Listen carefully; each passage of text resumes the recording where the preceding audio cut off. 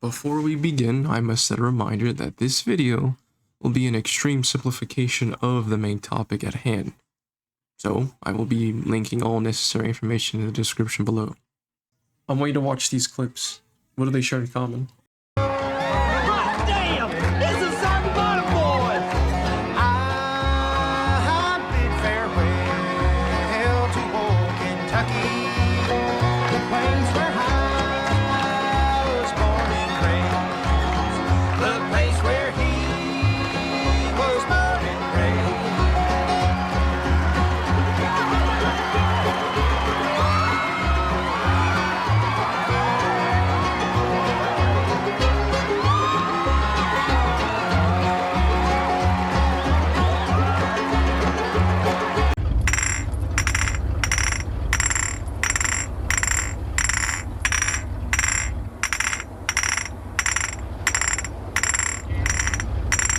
Warriors, come out to play. Warriors, come out to play. Warriors, come out to play. Warriors, come out to play. So what do these two films share in common? Well, apart from being extremely good pieces of work, they both come from the annals of ancient Greece. O Brother, Where Art Thou is a loose modern retelling of Homer's Odyssey. The Coen brothers were not even familiar with the poem, but due to its popularity in pop culture, they were familiar with its themes. So are many of you. But a piece of ancient Greek literature that most people are unfamiliar with, and that inspired a crime novel and subsequent cult classic film that focuses on a gang-ridden New York and has its roots in reality, rather than fiction, is that of Xenophon's Anabasis. A story filled with plenty of betrayal, heroism, and death, this grittier depiction of the ancient world is a fascinating piece of work, and one that I intend to cover today. This, as said in the beginning, will be far from a concise essay. That isn't to say this video will not be detailed. It will be, but this will be a sort of short introduction, one that aims not only to go over the bread and butter of the story, and introduce you, the audience, to such a tale, but to also introduce you to concepts of ancient warfare, as well as many other things that you may not be familiar with. So by all means, I implore you to go and read this if you can. You won't regret it, and while you're at it, read Yorick's novel, and watch the movies. Hell, read or watch anything related to the ancient world. Epic History TV on YouTube is a good start. Also, by the way, you might be hearing water trickling in the background periodically throughout the video. That's my fish tank that I have in my room. I know it might be a little annoying for some of you, but in the future I'll try to fix that issue. So, yeah. Anyways, let's move on. To start such a tale, one must look at the very beginning, of course, and to that we must travel back to the year 401 BC. The ancient world during this time of early antiquity was going through a vast amount of changes, more specifically centered around Greece. The country as a whole had by that point existed for well over a millennium. The ancient and tumultuous lands grew and grew, forming city-states like Sparta, Macedonia, and Athens. These states also formed lines, boundaries of division that saw these states war with each other. This, however, wasn't the biggest problem. Across the Hellespont, or as far as the eye can see, stretched a seemingly infinite land into the Achaemenid Empire. Founded in the 6th century BC by Cyrus the Great, the empire at its peak stretched from the lands of northern India all the way to western Egypt. And thanks to its close proximity to Greece, the Persians and the Greeks would constantly butt heads with each other through a series of conflicts known as the Greco-Persian Wars. I of course glossed over a metric fuck ton of information, but I decided since it's my first video, why not? And secondly, and seriously, I simply wanted to set the core foundations of the events leading the Anabasis. Also, as a disclaimer, I will be giving a summary of the first few books that detail their march home, as it's a pretty long story that goes past the main topic. So again, if you want to read Anabasis for yourself, I encourage you. To officially start the story, we must take a look at the catalyst of the Anabasis itself. It begins with a young and daring prince named Cyrus the Younger. Born sometime after 424 BC, Cyrus was the son of Persian king Darius II and Peracedes. Also keep in mind that Cyrus has very little information available on him. Probably has to do with his little rebellion, but I digress. Cyrus also had 3 other siblings, the eldest of the bunch being Arsaces, who would later ascend the throne and become Artaxerxes II. The Greek philosopher and historian Plutarch, whom a good chunk of info on Cyrus comes from, wrote about Cyrus's and Arsaces' youth, which gives a good sense of their characters. Quote, Cyrus from his earliest youth showed something of a headstrong and vehement character. Artaxerxes, on the other side, was gentle in everything and of a nature more yielding and soft in its action. Xenophon, the author and main protagonist of Anabasis itself, also gave high praises to Cyrus as a child. As Cyrus grew older, he was seen as an excellent model of modesty and obedience. He was also a skillful fighter. Now, with the introduction of Cyrus and his brother out of the way, we can now move on to the conflict that spearheaded the events of Anabasis, the Peloponnesian War. The conflict, which had been raging for almost 30 years by the events of Anabasis, was nearing its conclusion. The war itself was an ongoing feud between Athens and Sparta, and was separated into 3 phases. The third and final phase, which was a turning point for the Spartans, was the Declean War. The phase came about as a result of a failed Athenian expedition to Sicily from 415 to 413 BC, which saw the 5,000 plus strong force be crushed by the Spartans and their Syracusan allies. This paved the way for the Spartans and the other allied factions to be on course for an easy major victory, or so you would think. An Athenian general named Alcibiades refused defeat. Even as a coup was made against the government of Athens, and as they were promptly replaced by an oligarchical power named the 400, he and many others marched on, or rode on, scoring a naval victory at Syme, and afterwards appointing Alcibiades the head of the reserve fleet which Athens had in the event of something like the Sicilian expedition.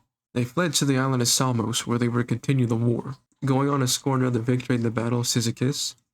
Over the next few years, they would continue to win battle after battle, eventually restoring Athenian power in the region. Now seeing Athens as a major threat, Darius II poured a lot more resources into the conflict, as Persia was keeping close tabs on the war, even supplying Sparta with military aid. This escalation involved sending generals such as Tissaphernes, and even his son, Cyrus the Younger, to Asia Minor. There, Cyrus would meet and ally with Lysander, a Spartan general, and both men saw an opportunity. Lysander was a power-hungry Spartan who wished the throne of Greece itself. Cyrus saw the chance to overthrow his brother, Artaxerxes II, now the crown ruler of the Persian Empire, whose maid saw the behest of the dying father, who grew gravely ill after sending Cyrus to Asia Minor, an opportunity that he took and made into reality. For a little bit of context as to why Cyrus grew this disdain, he believed that he was a prime candidate for the throne growing up, but typically in the ancient world, the oldest heir was crowned no matter what. If they were mentally or physically unfit, or even a child, they would be picked. Of course, there were people, their aides, or even spouses, that would effectively run the country for them. But in this case, Arsaces was a fit ruler. Although more laid back, he was still a good candidate. So as a result of the inevitable pick, Cyrus grew jealous, and thanks to his own vehement character, he decided the best course of action was a rebellion. Following the pact that Cyrus and Lysander had made, he had given Lysander money from his provinces as sort of payment in advance. His mother Paracetus did favor him but went with his brother in the end. Around this time in 405 to 404 BC, Lysander gained more influence in the Greek world thanks to military actions and his newfound wealth. And Tissaphernes, the aforementioned general who was a part of Darius II's military actions in Asia Minor, had heard of whispers and rumors regarding Cyrus's disdain for his brother and supposed plot for the killing of Artaxerxes II. He therefore had Cyrus arrested on the grounds of his assassination plot. But his mother intervened and he was set free. But this arrest only deepened his hatred, and really made him look at the throne with an extremely thirsty eye, fit for a would-be conqueror. His rebellion officially kicked off in the summer of 403 BC, beginning with skirmishes in the region with Tissaphernes' forces and local tribal people not under the complete control of the empire. Cyrus managed within 2 years of the rebellion to amass a large army. Amongst them was a large contingent of Hellenistic Greek mercenaries, a common sight at that time. They were known as the 10,000. After gaining additional support from his Spartan allies, Cyrus marched towards the provinces of Babylonia, but not without troubling situations that gripped his army. His men were weary of their goal, and they even started to question if he was trying to take the throne. Keep in mind it was Cyrus's personal goal that only him and his closest confidants knew. And with other events such as 2 generals under his command leaving, and an incident involving one of the Greek officers named Minos, who grew tension with Clearchus, the Greek commander, after he had one of his men flogged, a foreshadowing of things to come. Meanwhile, Artaxerxes had been warned by Tissaphernes and had gathered an army at the last minute. After which, Artaxerxes moved out to confront his younger brother, culminating in the Battle of Canaxa. Fought on the banks of the Euphrates, the battle saw over 55,000 troops in total. It began with the Greek right charging towards the Persian left. The charge was an immense success, routing that part of the Persian line, but on Cyrus's side it was a lot more challenging. Cyrus implored the commander of his Greek contingent, Clearchus, to take the center. He refused, on the basis of encirclement, and stayed on the flanks. As a result, he gave Artaxerxes more room to play with. Cyrus decided in a desperate gamble to charge with his bodyguard cavalry against his brother's much bigger guard, a suicidal attempt that saw Cyrus be killed. Sources vary on what exactly happened, but it is believed that the killing blow was dealt by a Persian soldier named Mithridates, whom Artaxerxes had executed by scaphism as a result of his battlefield prowess. The death of Cyrus led to the vast majority of the army fleeing, except for the 10,000, who stood their ground and twice repelled the Persians, at the cost of one man wounded, a miracle that of which would not last for a long time. Xenophon will later in the book give his insight through a eulogy about Cyrus's death. The speech began with Xenophon highlighting the perjury and faithlessness of the situation, referring to Cyrus's lies and the army's troubles, and how Cyrus in his final moments reflected on the power dynamics and regretted those involved. We will, of course, not know what he really thought, but it's a good guess as to what it could have been. Moving back to earlier in that part of Anabasis, the army was stranded in the heart of Persia, and Tissaphernes faced a new dilemma: an army of skilled Greek mercenaries, 10,000 strong, whom had just fought a major battle against his king. So he devised a plan. His plan was to pick apart the army piece by piece. Instead of confronting them head-on at first, he began by driving away their only ally left, Arius, a Persian general who fought under Cyrus's banner.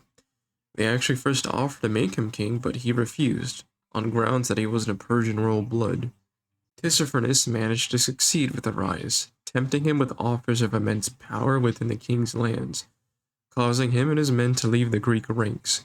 He then proceeded to move on to phase 2, killing their officers. He started by inviting Clearchus over to his camp. Clearchus would try and convince Tissaphernes of their innocence, claiming that they were only following the orders of Cyrus, not because they agreed with them. Tissaphernes couldn't care less, however. The Hellenes suspected something was up, as Tissaphernes was being too friendly to them. That was confirmed when Clearchus, who unlike the rest was trustworthy of the Persian, came to his camp again, this time with an entourage of his officers and some soldiers for a feast. Tissaphernes seized the opportunity and struck, killing Clearchus and arresting his men, who would later be beheaded in front of Artaxerxes II. Chaos erupted amongst the 10,000. Now leaderless and stranded in hostile lands, their situation seemed hopeless. One man named the Apollonides even suggested that they try and bargain with the king, but eventually they settled down and now have to elect new leaders. Among those selected was Xenophon, who took Clearchus' position as commander. Xenophon proves to be an efficient leader. He first commands the army to drop all miscellaneous items to make themselves more mobile. They then begin to retrace their steps back home. Xenophon and his army, after a grueling march, made it to the Zab River. There they were confronted by a Persian figure, Mithridates. Not to be confused with the earlier mentioned Mithridates, they were foraging in the area, and he mistook the 10,000's actions as acts of aggression. So he and his horsemen harassed the army. Xenophon, now faced with his first true combat test as a leader, devised a plan. The army itself was primarily composed of Greek hoplites and peltasts, a type of light Greek skirmisher. So he created a detachment of light cavalry and archers, and when the next attack came, he unleashed them with a devastating effect, killing many and routing the rest. They took some prisoners, who they questioned about their surroundings. Meanwhile, Tissaphernes had gathered a significant force to meet them head-on. But the army had learned of this and raced across the river, but they were forced to stop before crossing as it was deep. Funnily enough, Herodian proposed an idea in exchange for a talent of silver. It was to slaughter their animals and stuff them with hay as to make a bridge of flesh. It was a dumb idea, and so they decided to turn back and find another way, with their pursuers refusing to follow them into the treacherous mountains of Anatolia. The army manages to cross the Tigris River, but are immediately faced with a new problem. They enter the lands of the Carducci, a set of warlike tribes that inhabited an area of what is now southeastern Turkey, and whom had a reputation for supposedly destroying a 120,000 strong Persian force in the past. So it is not surprising that they are not fond of the 10,000's presence. That comes about after they managed to kill 2 warriors, when an officer named Chrysippos pushed far ahead of Xenophon's rearguard. The army are yet again harassed by a light mobile force, This keeps up until eventually they reach another part of the Tigris, this time much deeper. And with them being surrounded, all hope seemed lost, until Xenophon had a dream that saw a thunderbolt strike his father's dwelling. He interpreted this as a sort of divine intervention, sharing it afterwards with his commanders who took it well, boosting their morale at a much needed time. All the while, the leader of a large Carducci tribe named Anabasis follows them with a formidable force. After trudging through Turkey, they decide to turn and fight. After several days marching under a constant hail of arrow and stone, they reached the defile where Anabasis' main force stood. Xenophon's plan was to have the bulk of his army be sent to confront the Carduchians, while 2,000 men, under the guidance of one of their prisoners, would flank around, under the cover of a rainstorm, through a pass to get behind them. Eventually, getting into position, attacking them from behind, under cover of morning mist, the rest of the 10,000 joined in, and routed the Carduchians, dispelling yet another threat. But they were far from done. After the battle, they continued west, until they eventually made their way to the foothills of the Satraps River, only to find a new major threat in their way. A Persian army, this time primarily made up of Armenian levies. They blocked the main ford that they needed to cross, and with the Carduchians regrouped and closing in from behind, they yet again faced encirclement. Some of Xenophon's scouts spotted another crossing nearby, and he decided to try and reach it. Only to be cut off by the Persians, he in return sent a force over to that ford, and that caused the Persian army to panic, causing them to send the bulk of their force to the other ford. This worked perfectly for the 10,000, and they charged the ford, overwhelming their enemy in an excellent display of a defense in depth. After their victory, they crossed the river, and they were now in Armenia. Winter had begun, and they started to lose men in droves. Most casualties they sustained in their journey occurred during this period. They also came across grisly scenes that included slaughtered Persian soldiers presumably killed by local tribal warriors, but they also gained some much-needed comfort, stopping in a village where they were greeted warmly by the locals. After the rest, the army moves on. Still in dire need of food, they by chance stumble upon a wooden castle. They figure as the provisions they need and decide to attack it. However, the fort is sat upon a hill, surrounded by dense woods on all sides, making a conventional siege an impossibility. Xenophon then comes up with possibly the weirdest idea yet. He dispatches small parties up the main road to taunt the defenders. They would hurl stones at them, and their goal was for them to waste their ammunition to make a frontal assault. The men decided to make it a game, to see who would stay out the longest without getting hit. But, as always, this attack inevitably happens, and the men storm up the road and climb the walls. The garrison, which by this point had already given up, barely put up a fight, and as described by Xenophon, the denizens in a panicked frenzy dropped over the steeper parts of the walls to their deaths, in a desperate bid to escape, which included throwing children over as well. After such a bittersweet victory, the army was able to march onwards in orderly fashion. Reaching Mount Thecus, there Xenophon, after reaching the top, gazed upon a much-needed sight. Greek colonies across the way. They finally made it. Him and his men, in glorious triumph, shouted, "Alata, Alata, the sea, the sea." A major accolade indeed, but one that came at a cost. 18 months and 4,000 men lost. The accounts of Xenophon and his men's survival was a fascinating piece of literature that stood the test of time, but was overshadowed by much more successful accounts from that period, with very few sources being inspired by the tale.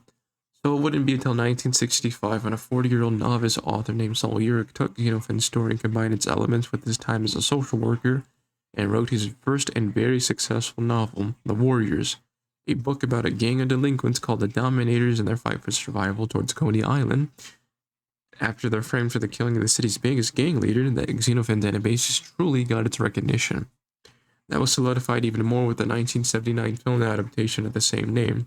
And even though Yorick himself was a staunch critic of the movie's direction, Walter Hill, the director, still took heavy inspiration from both sources, going as far as to reference the Battle of Canoxa and the opening scene of the 2005 director's cut, albeit in a heavily anachronistic way, having early Imperial Roman soldiers being the stand-ins for the Greek hoplites for some reason.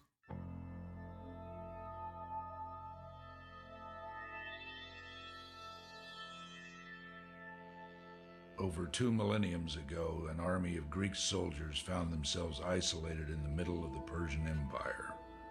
1,000 miles from safety, 1,000 miles from the sea, 1,000 miles with enemies on all sides.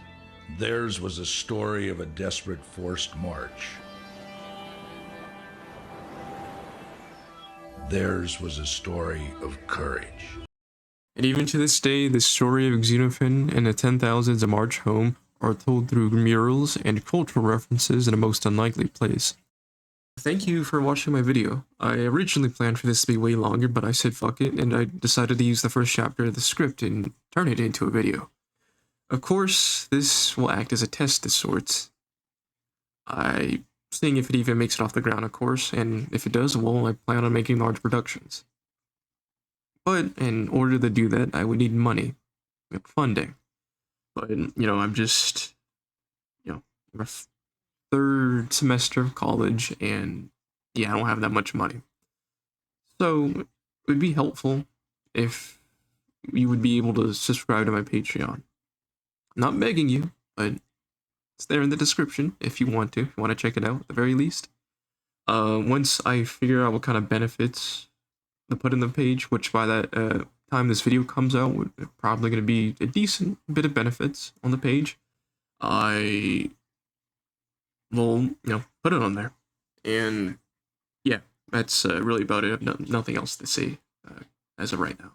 So again, if you like the video, and if you want to see future content from me, just stick around and wait until the next video. Simple as that.